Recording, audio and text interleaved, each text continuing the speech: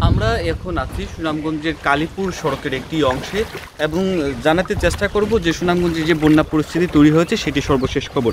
এবং গত 24 ঘন্টায় সুনামগঞ্জে কয়েক সেন্টিমিটার পানি কমেছে এবং এতে করে সুনামগঞ্জে সুরমা নদীর পানি বিপদসীমা 7 সেন্টিমিটার নিচ দিয়ে প্রবাহিত হচ্ছে। এতে সাধারণ মানুষ এবং যেসব নিচু এলাকা প্লাবিত হয়েছিল সেসব এলাকা থেকে সড়ক থেকে পানি নামতে শুরু করে দিয়েছে। তবে সুনামগঞ্জ পৌর শহরের কিছু এলাকায় এখনও জলাবদ্ধতা তৈরি হয়েছে, বিশেষ করে দেকার হাওরের পাড়ে যেসব গ্রাম আছে, যেসব পাড়া আছে সেসব পাড়া থেকে এখনও পানি নামছে না।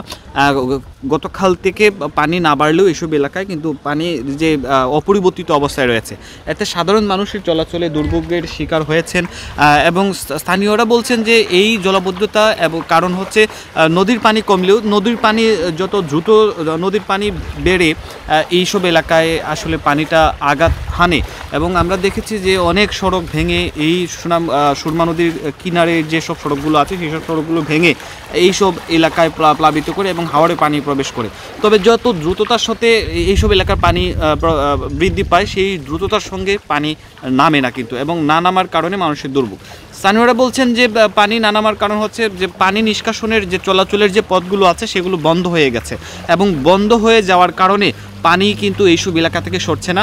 নদী থেকে হাওরে এবং হাওর থেকে নদীতে যে পানি চলাচলের যে পথ সেটি বন্ধ হওয়ার কারণে মানুষের এই দুর্ভোগ তৈরি হয়েছে। এখনও কিন্তু মানুষ খুবই ভোগান্তিতে পড়েছেন। তো আমরা এখন আছি সুনামগঞ্জ পৌর শহরের কালীপুর এলাকায়। সেই এলাকায় সাধারণ মানুষের ভোগান্তি সেটু দেখতেই পাচ্ছেন। এই এলাকার যে সড়কটি আছে সেই সড়কটির কোথাও কোথাও হাঁটু পানি, কোথাও কোমর পানি এবং এর চেয়ে আরও বেশি পানি রয়েছে। সাধারণ মানুষ চলাচলের জন্য যে নৌকা, ফেরি নৌকা সেটি ব্যবহার করছেন ছোট ছোট, এবং যারা এই সড়কের আশেপাশে আছেন কয়েক মিটারের আশেপাশে যে বাসা বাড়িগুলো আছে তারা হেঁটেই পার হতে হচ্ছে। তবে এখন পর্যন্ত সুনামগঞ্জ তাহিরপুর সড়কের বেশ কিছু এলাকায় পানি প্রবেশ করায় কিন্তু সরাসরি যে যোগাযোগ ব্যবস্থা তাহিরপুরের সঙ্গে, আপনারা জানেন তাহিরপুর হচ্ছে সুনামগঞ্জ জেলার মধ্যে পর্যটনময় একটি এলাকা। সেই এলাকাতে যেমন চলাচল করতে দুর্ভোগের শিকার হচ্ছেন যেহেতু কয়েকটি এলাকায় পানি প্রবেশ করেছে। এবং এখন পর্যন্ত পানি ধীর গতিতে নামার কারণে সরাসরি যান চলাচল তাহিরপুরের সঙ্গে এখনও স্বাভাবিক হয়নি, সেটি স্বাভাবিক হতে আরও কয়েকদিন সময় লাগবে।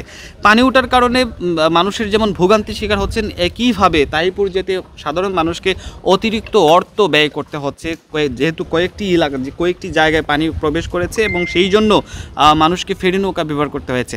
এবং দেখছেন মানুষের যে দুর্ভোগ, যারা কর্মব্যস্ততা শুরু হয় সকাল থেকেই তাদের দুর্ভোগটা সবচেয়ে বেশি। সকালে বিভিন্ন অফিস আদালতে যেতে হয়, এছাড়াও যে শিক্ষার্থীরা আছে তাদেরকে শিক্ষা প্রতিষ্ঠানে যেতে হয়, তাদেরকে এইরকম দুর্ভোগের শিকার হয়েই কিন্তু যেতে হয়।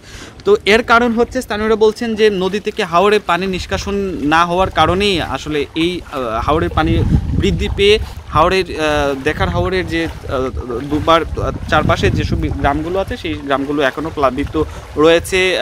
কোনো গ্রামের এখনও পানি প্রবেশ করেছে, সেই খবরটি আমরা পেয়েছি। তো এখন পর্যন্ত যদি বলি সুনামগঞ্জের বন্যা পরিস্থিতি সেটি উন্নতির দিকে, যেহেতু সুরমা নদীর পানি কমছে। সুরমা নদীর পানি সুনামগঞ্জ পয়েন্টে বিপদসীমার 6 সেন্টিমিটার কমেছে। এতে করে যে সুরমা নদীর কিনার ঘেঁষে যে গ্রামগুলো আছে সেখান থেকে পানি নামতে শুরু করে দিয়েছে। এবং সুরমা নদী থেকে যে অতিরিক্ত বিপদসীমা যখন অতিক্রম করেছিল সেই পানি কিন্তু অনেক সড়ক ভেঙে পানি হাওরে প্রবেশ করেছে, এতে করে গ্রামীণ সড়কের অনেক ক্ষতি হয়েছে। তো এই ছিল সুনামগঞ্জের যে বন্যা পরিস্থিতি সর্বশেষ।